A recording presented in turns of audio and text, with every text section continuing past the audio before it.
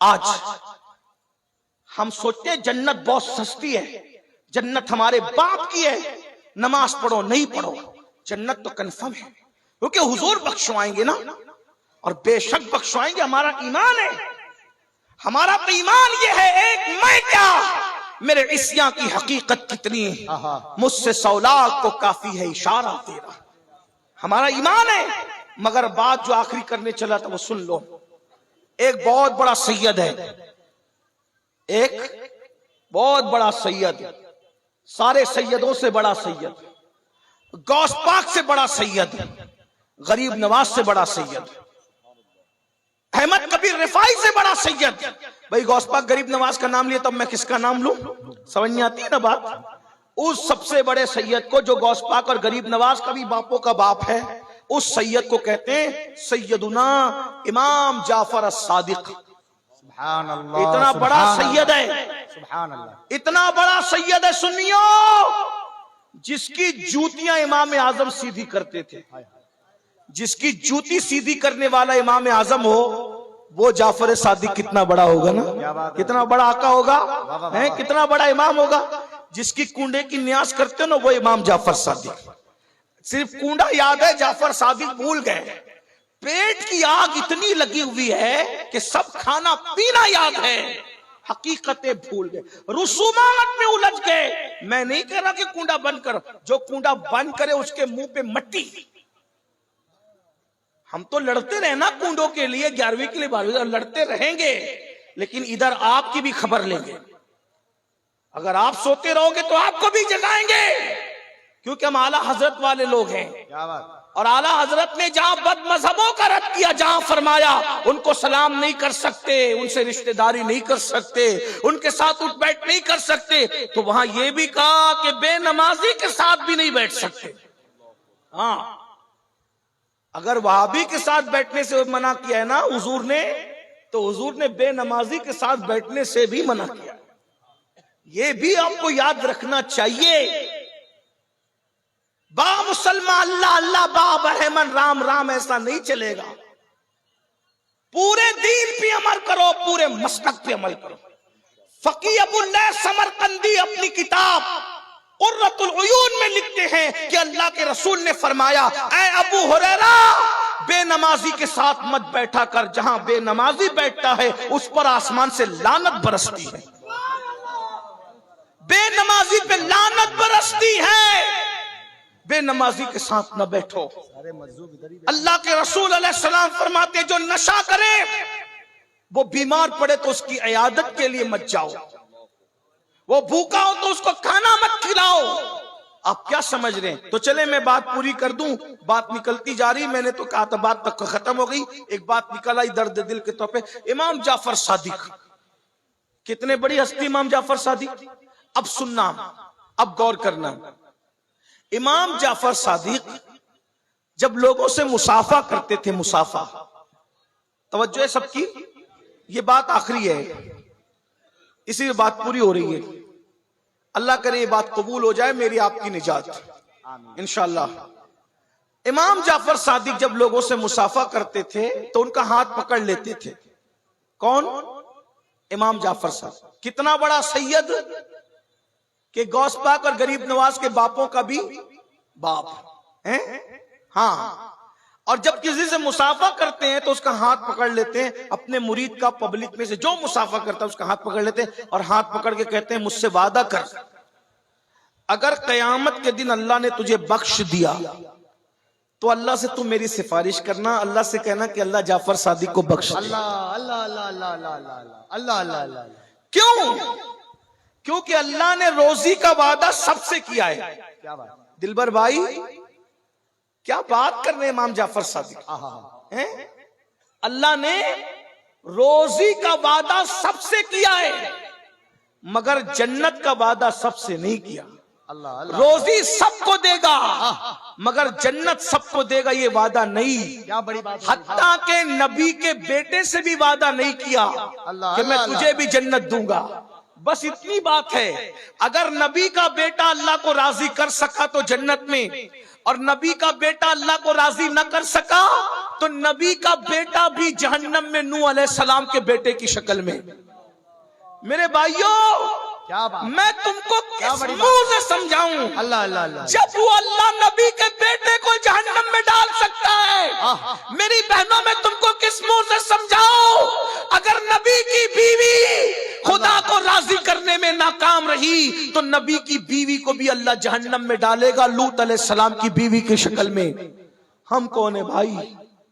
فجر میں سوتے پڑے رہنے والوں، سود کے دھندے کرنے والوں، عورتوں کو باپ کی نظر سے دیکھنے والوں، نبی کا بیٹا خدا کو راضی کرنے میں ناکام ہے تو نوح علیہ السلام کا بیٹا جہنم میں جا رہا ہے۔ اور اگر کتا اپنی ادا سے خدا کو راضی کر لے تو کتے کو بھی جنت میں داخل کیا جا رہا ہے، اصحاب کہف کے کتے کی شکل میں۔ دیکھ رہے کہاں نبی کا بیٹا جہنم میں جا رہا ہے اور کہاں اصحاب کہف کا کتا جنت میں جا رہا ہے۔ اور پتا چلا اللہ کو جو راضی کر لے آخرت اسی کی ہے۔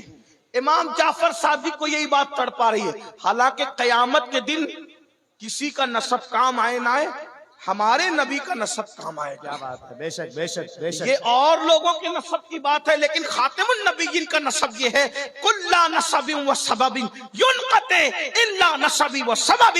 آقا فرماتے ہر نسب ختم ہو جائے گا لیکن محمد الرسول اللہ کا نسب قیامت کے دن کام آئے گا۔ حضور کے نسب پر کوئی انگلی نہ اٹھانا، لیکن بات تو بات ہے نا۔ امام جعفر صادق، امام اعظم کے بھی امام جعفر صادق لوگوں کا ہاتھ پکڑ کے کہتے ہیں کیا کہ اللہ نے مغفرت کا وعدہ سب کے ساتھ نہیں کیا، روزی کا وعدہ سب کو روزی دے گا، مومن کو بھی دے گا، کافر کو بھی دے گا، وفادار کو بھی دے گا، غدار، لیکن جنت کا وعدہ سب کسی کے ساتھ، چند لوگ ہیں خوش نصیب جن کے نام لے کے جنت کی بشارتیں دے دی گئی، ان کے ساتھ وعدہ ہے، باقی اور ایک بات یاد آئی، اس میں ایڈ کر دوں 1 منٹ میں، جن کو رسول اللہ نے جنت کا وعدہ دیا وہ لوگ بھی روتے تھے۔ حضرت عمر، ان کو حضور نے وعدہ دیا کہ تو جنت میں جائے گا، حضور نے کہا ابو بکر فی الجنہ، عمر فی الجنہ، عثمان فی الجنہ، علی فی الجنہ، سعد فی الجنہ، سعید فی الجنہ، ابو عبیدہ فی الجنہ، عبد الرحمن ابن عوف فی الجنہ، سعید فی الجنہ۔ 10 لوگوں کو جنت کی بشارت دی، پھر اس کے بعد اور لوگوں کو، امام حسن کا جنتی جوانوں کا سردار، امام حسین کا جنتی جوانوں کا سردار، سیدہ فاطمہ کا جنتی عورتوں کی سردار، ایسے کچھ لوگ ہیں، ایک بڑی فہرست بن جاتی اس میں۔ لیکن حضرت عمر پھر بھی روتے تھے، اتنا روتے تھے کہ رونے کا نشان چہرے پہ پڑ گیا تھا، روتے روتے لوگ کہتے تھے حضور نے تو آپ کو جنت کی بشارت دی۔ فکر دیکھو، اہل منبر کی بھی توجہ، فکر دیکھو، فکر دیکھو۔ لوگوں نے کہا عمر اب روتے کیوں جب نبی نے تمہیں جنتی کہہ دیا تھا، تم تو جنتی ہو۔ اب کیا کہتے بتائیں، جنتی کہاں ہے نا، لیکن یہ تھوڑی کہا ہے کہ ڈائریکٹ جنت میں جاؤ گے۔ توجہ، نبی نے یہ نہیں کہا کہ ڈائریکٹ جنت میں جاؤ گے، نبی نے یہ کہا کہ جنت میں جاؤ گے۔ جنت میں جانا تو یقینی ہے، لیکن اللہ نہ کرے اگر ایک لمحے کے لیے بھی اللہ نے جہنم میں ڈال دیا تو اللہ اللہ اللہ، دیکھ رہے حالانکہ ایسا نہیں ہوگا، مگر جن کے رتبے ہیں سوا، ان کو سوا مشکل ہے۔ وہ کہتے ہیں جنت میں تو ڈالے گا، لیکن اگر ایک لمحہ بھی جہنم سے گزار دے تو میرا بنے گا کیا؟ آپ کیا سمجھ رہے؟ اور وہ بے نمازی جس کے لیے حضور فرمائے جو ایک وقت کی نماز جان بوجھ کر چھوڑ دے وہ 7000 سال جہنم کی آگ میں جلایا جائے گا۔ ایک وقت کی نماز چھوڑنے پہ 7000 سال۔ فاروق اعظم ایک لمحہ جہنم سے ڈر رہے ہیں اور یہاں 7,000 سال روزانہ ایک ایک نماز پر جہنم میں ڈھکیلا جا رہا ہے۔ کوئی فکر نہیں ہے، ہنس رہے، گا رہے، کھیل رہے، کود رہے، کہے لگا رہے۔ حضور کی بات پہ تمہیں یقین نہیں ہے؟ سب کی بات پہ یقین کرتے، اپنے نبی کی بات پہ یقین نہیں کرتے، اور اگر یقین کرتے ہو تو تمہیں سکون کی نیند کیسے آتی ہے؟ 7000 سال ایک وقت کی نماز چھوڑنے پہ جہنم۔ کچھ تو سوچو میرے بھائی، نبی کی بات پہ کچھ تو یقین کرو تو بات ختم ہو رہی ہے۔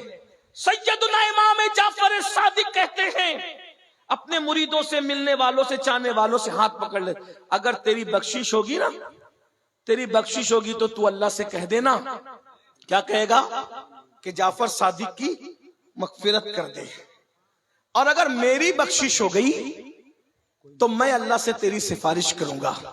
یہ کہتے تھے کہے گا اب لوگوں کا جواب، بس دلبر بھائی مولانا صادق اور یہ علماء کرام کا بھی جواب یہی ہوگا کسی سید کے ساتھ. تو لوگوں کو جب امام جعفر صادق کہتے تھے کہ تو میری سفارش کرنا قیامت کے دن اللہ کی بارگاہ میں، اگر تیری مغفرت ہوگی تو میری سفارش کرنا، تو لوگ جواب کیا دیتے تھے؟ حضرت آپ تو آل رسول ہو. آپ تو ظاہر سی بات ہے جواب تو یہی ہوگا، اتنے بڑے گھرانے کے نبی، آپ کے نانا علی، آپ کے دادا حسن حسین، آپ کے جد، آپ تو سید آل رسول ہیں، ہم آپ کی کیا سفارش کریں گے؟ آپ کے نانا شافعی یوم النشور ہے. تو پتہ ہے امام جعفر صادق کیا کہتے تھے؟ کہتے تھے یہی تو رونا ہے کہ ہم سید ہیں، ہم ڈرتے ہیں کہ قیامت کے دن اپنے نانا کو منہ کیا دکھائیں. غور کیجئے، امام جعفر صادق جیسے لوگ ڈر رہے ہیں کہ ہم اپنے نانا کو منہ کیا دکھائیں گے، اور ہم جیسے لوگ جو نہ نماز پڑھتے ہیں، نہ پاک رہتے ہیں، نہ وضو سے رہتے ہیں، نہ غسل آتا ہے، کچھ نہیں آتا، اور ہم لوگ ایک دم بالکل بہت گھمنڈ میں کہ ہم جنت میں نہیں جائیں گے تو کون جائے گا. اس لیے اللہ سے ڈرو میرے بھائی، جنت ایسے ملائی کی طرح نہیں ہے، جنت ایسے سستی نہیں ہے. اللہ پاک ارشاد فرماتا ہے ان الابرار لفی نعیم وان الفجار لفی جہیم. نیکوں کے لیے جنت ہے، فاسقوں کے لیے جہنم ہے. آئیے میں جاتے جاتے امام جعفر صادق کی سنت پہ عمل کر لوں. اتنا بڑا ہزاروں کا مجمع ہے. امام جعفر صادق اپنے ماننے والوں سے کہتے تھے اگر تمہاری بخشش ہو گئی تو تم میری سفارش کرو گے. ایک بات کہوں، اتنے بڑے یہ سب عاشق رسول ہیں، کتنے لوگ ہیں جن کی اللہ مغفرت کرے گا؟ یقیناً آپ کی مغفرت تو ہوگی انشاءاللہ ضرور. تو کیا آپ مجھ سے وعدہ کرتے ہیں آج کہ اگر